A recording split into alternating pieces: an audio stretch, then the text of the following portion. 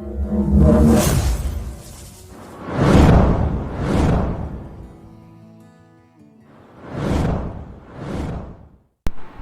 friends, welcome to my YouTube channel BioPool. Today we are going to study part 5 of the chapter Transport Implant. In this topic we are going to cover the concept forms of water available to roots for absorption.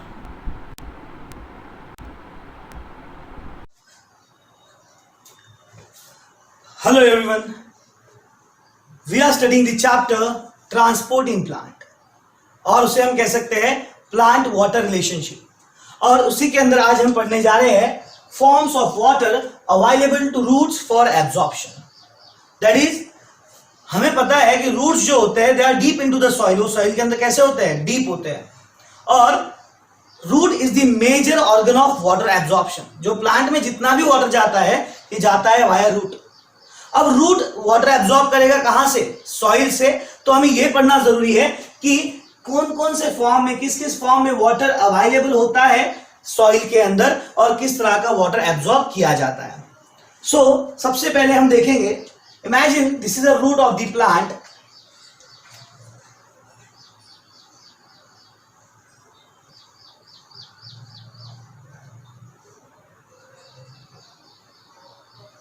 This is the root of the plant.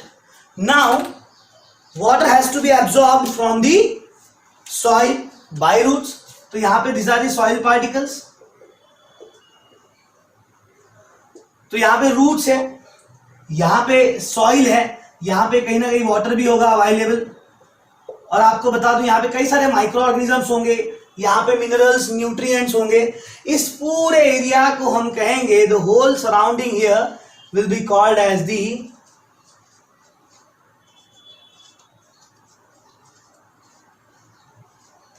rhizosphere. क्या कहेंगे इसे हम? rhizosphere. Now what is meant by rhizosphere? So rhizosphere meaning it is the environment, और हम ऐसा कह सकते हैं कि it is the micro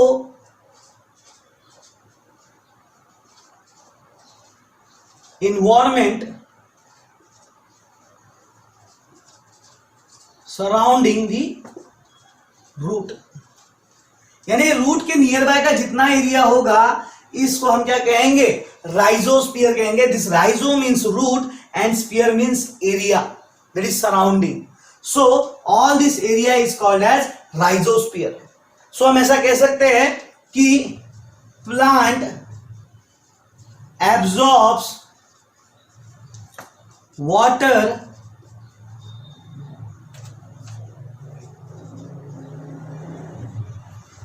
through roots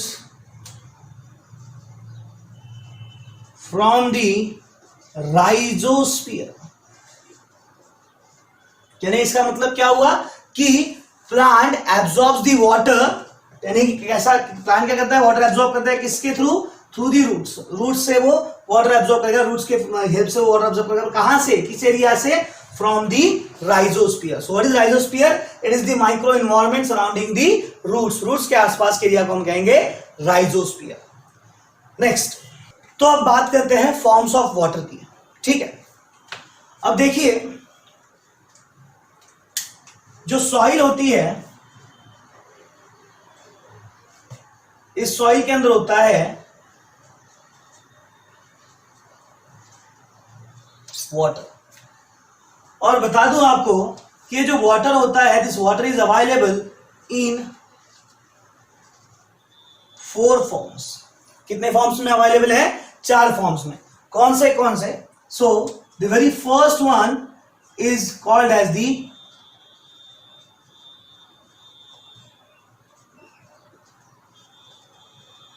gravitational water. सबसे पहला जो होगा उसे हम क्या कहेंगे? Gravitational water. सेकंड जो होता है उस सेकंड को हम कहेंगे हाइग्रोस्कोपिक वाटर। क्या कहेंगे? Hygroscopic water. थर्ड जो होता है उसे हम कहेंगे chemically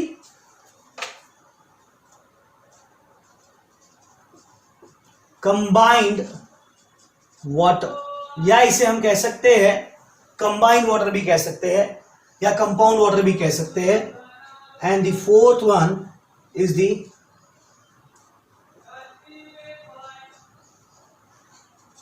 capillary water. So major ये 4 टाइप के क्या होते हैं, वाटर अवेलेबल होते हैं रूट्स के अंदर. यहां पे मैं एक बॉक्स निकाल देता हूं. That box will be helping us to indicate कौन सा वाटर एब्जॉर्ब करता है रूट और कौन सा नहीं, वो हम आगे देखेंगे.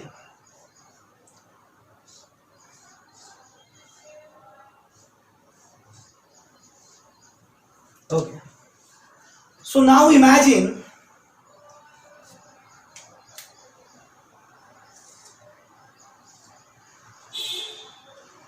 this is the main root of the plant and these are the roots here, root hairs.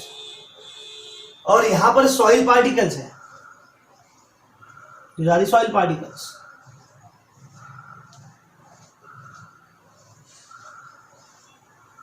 और इन सॉइल पार्टिकल्स के बीच में है दैट इज वाटर. क्या अवेलेबल है, वाटर अवेलेबल है.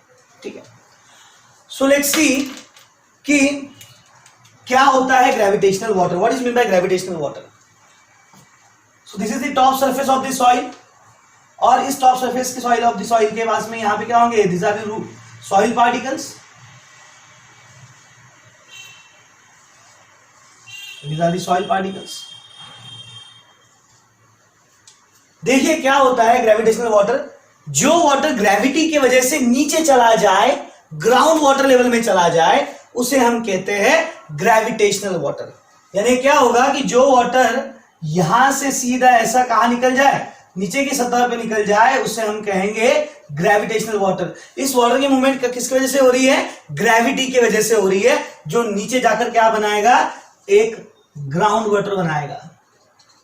और यही वो ग्राउंड वाटर होता है जो हम वेल से यानी कुएं से निकालते हैं या जो नदियों में जाता है, वो होता है ये ग्राउंड वाटर, जो कि रूट्स के लिए अवेलेबल नहीं होता, बिकॉज रूट्स की जो मैक्सिमम डेप्थ होगी वो अराउंड इतनी ही होगी. तो रूट्स इस वाटर तक नहीं पहुंच पाता, that is gravitational water. So what is mean by gravitational water, the percolation of water, the percolation of water due to gravity deep inside the soil is called as the gravitational water. कि क्या हो गया कि gravity की वजह से ये water कहां चला गया, ये वाटर नीचे चला गया, बहुत नीचे चला गया, जो आगे जाके क्या बनाता है, ग्राउंड वाटर टेबल बनाता है, जो रूट्स एब्जॉर्ब नहीं कर सकते, बिकॉज रूट की लिमिट कितनी है, इतनी है, और ये काफी डीप है. सो मुझे बताइए क्या ग्रेविटेशनल वाटर रूट्स के लिए अवेलेबल होता है, नहीं, रूट्स के लिए अवेलेबल नहीं होता. So gravitational water is not available for the absorption by roots. So next is the hygroscopic water. Next is the हमने पहले इसमें क्या देखा, ग्रेविटेशनल वाटर. अब हम बात करेंगे हाइग्रोस्कोपिक वाटर की. क्या ये वाटर अवेलेबल होता है, ये समझने के पहले हमें ये समझना होगा कि ये वाटर किस तरह का होता है, किसे कहते हैं हाइग्रोस्कोपिक वाटर. सो सबसे पहले जो वर्ड होता है हाइग्रोस्कोपिक, इस वर्ड का मीनिंग होता है मॉइस्चर एब्जॉर्बिंग. क्या मतलब होता है इसका, मॉइस्चर एब्जॉर्बिंग. जो भी मटेरियल, जो भी चीजें वाटर को या मॉइस्चर को एब्जॉर्ब करे, उसे हम क्या कहेंगे, hygroscopic molecule. Now this are the soil particles, tiny tiny small, ये है सॉइल पार्टिकल्स है. ये खुद भी कैसे होते हैं, हाइग्रोस्कोपिक होते हैं. इनको भी क्या चाहिए होता है, वाटर चाहिए होता है. तो जैसे ही वाटर यहां पर आएगा इस सतह पर, ये क्या करेंगे, this molecule will start absorbing water. This molecule will start absorbing water. और पहले सबसे पहले वो क्या होंगे, खुद वेट होंगे, खुद क्या करेंगे, खुद वाटर को एब्जॉर्ब करेंगे. और ऐसे केस में इन्हें मैं कहता हूं, इस तरह के वाटर को मैं कहता हूं दैट इज हाइग्रोस्कोपिक वाटर. क्या कहेंगे इसे, हाइग्रोस्कोपिक वाटर कहेंगे. जो अगेन खुद सॉइल पार्टिकल ने क्या कर लिया है, एब्जॉर्ब कर लिया है. तो डेफिनेटली ये किसके लिए अवेलेबल नहीं होगा, this is not available for the roots. ये वाटर रूट्स के लिए अवेलेबल नहीं होता, हेंस इस वाटर को हम कहते हैं hygroscopic water. So again this is not available for the roots. So what is hygroscopic water? The water absorbed by the tiny tiny soil particles. तो जो छोटे छोटे सॉइल पार्टिकल्स है उन्होंने एब्जॉर्ब कर लिया, उसे कहेंगे हम hygroscopic water. So this is again not available. Third is the chemically combined water. Third is the chemically combined water. आपको बता दूं कोई सॉइल तो प्योरेस्ट फॉर्म में नहीं होती। सॉइल के अंदर क्या होते हैं, कई सारे मिनरल्स होते हैं। क्या होते हैं, कई सारे मिनरल्स होते हैं। देन कई सारे इनऑर्गेनिक एलिमेंट्स होते हैं। फॉर एग्जाम्पल सिलिकॉन है, एल्यूमिनियम है। सो क्या होता है, कुछ अमाउंट ऑफ वाटर क्या करता है, जो यहां पे केमिकल्स है, these are the red colour से जो दिखा रहा हूं, इमेजिन कीजिए जो केमिकल्स है, दैट इज मिनरल्स है, इनऑर्गेनिक एलिमेंट्स है। कुछ वाटर क्या करता है, इन मॉलिक्यूल्स के साथ में हाइड्रोक्साइड्स बनाता है, कंबाइन हो जाता है और क्या बनाता है, हाइड्रोक्साइड बनाता है। ठीक है। So again this water is chemically combined, chemical के साथ में कंबाइन हो गया है, which is again not available for the roots. जो रूट्स क्या करेंगे, एब्जॉर्ब नहीं करेंगे। So this water is again not available for roots for the absorption, क्योंकि वाटर कैसा हो गया है, केमिकल्स के साथ कंबाइन हुआ है। क्या बनाता है ये, हाइड्रोक्साइड्स बनाता है, हाइड्रोक्साइड की कोटिंग करता है। So this water is not available for the roots for the absorption. So अभी तक हमने बात की gravitational water, hygroscopic water and the chemically combined water. Gravitational water यानी ऐसा वाटर जो कहां क्या हो जाता है, परकोलेट हो जाता है और ग्राउंड वाटर टेबल बनाता है, ग्रेविटी की वजह से नीचे आ जाएगा, उसे हम कहेंगे ग्रेविटेशनल वाटर, जो कि अवेलेबल नहीं होता for absorption. Next is hygroscopic water. What is mean bye hygroscopic water, that is ऐसा वाटर जो ये सॉइल पार्टिकल्स क्या कर ले, एब्जॉर्ब कर ले, मॉइस्चर को एब्जॉर्ब कर ले। तो देखिए ये वाटर फील्ड है, this soil particles are the water field. इनके पास में और कैपेसिटी नहीं है वाटर को एब्जॉर्ब करने की। So these are the water field molecules. So इस तरह के वाटर को हम कहेंगे hygroscopic water. Next is chemically combined water. मैंने आपको पहले ही बताया कि there are so many inorganic elements in this soil, for example silicon, aluminium. और क्या करते हैं ये सिलिकॉन, एल्यूमिनियम और बाकी एलिमेंट्स क्या करते हैं, वाटर के साथ कंबाइन हो जाते हैं, इसलिए उस वाटर को हम कहेंगे केमिकली कंबाइंड वाटर। और वाटर के साथ कंबाइन होने के बाद में वो क्या बनाते हैं, हाइड्रेटेड कोट्स बनाते हैं, मॉलिक्यूल्स के ऊपर हाइड्रेशन की कोट बन जाती है, हाइड्रेटेड कोट, जो कि अवेलेबल नहीं होती है रूट्स के लिए। So this again not available.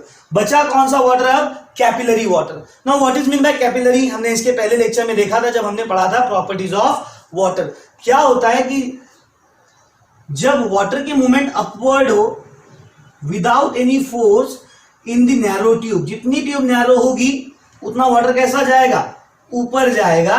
इसे हम क्या कहेंगे, कैपिलरी एक्शन कहेंगे।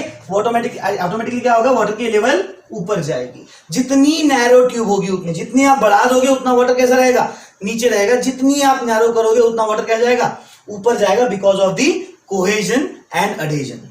हमने देखा है what is cohesive force and what is adhesive force. So इसे कहते हैं capillary.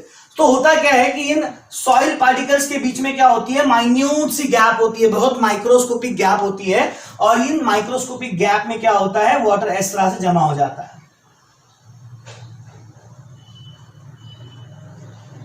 This microscopic gaps between the soil particle contains the water, and this water automatically rises up. ये क्या करता है, ये वाटर कहां जाता है, खुद से ही एक रेज हो जाता है, क्योंकि वहां पे बहुत नैरो कैविटीज है, नैरो जगह है, जिससे वाटर की खुद की अपनी एबिलिटी है कोहेजन और एडेजन की, कि जिससे वाटर मॉलिक्यूल ऊपर जाता रहेगा। सो यहां पर होंगे रूट्स अवेलेबल,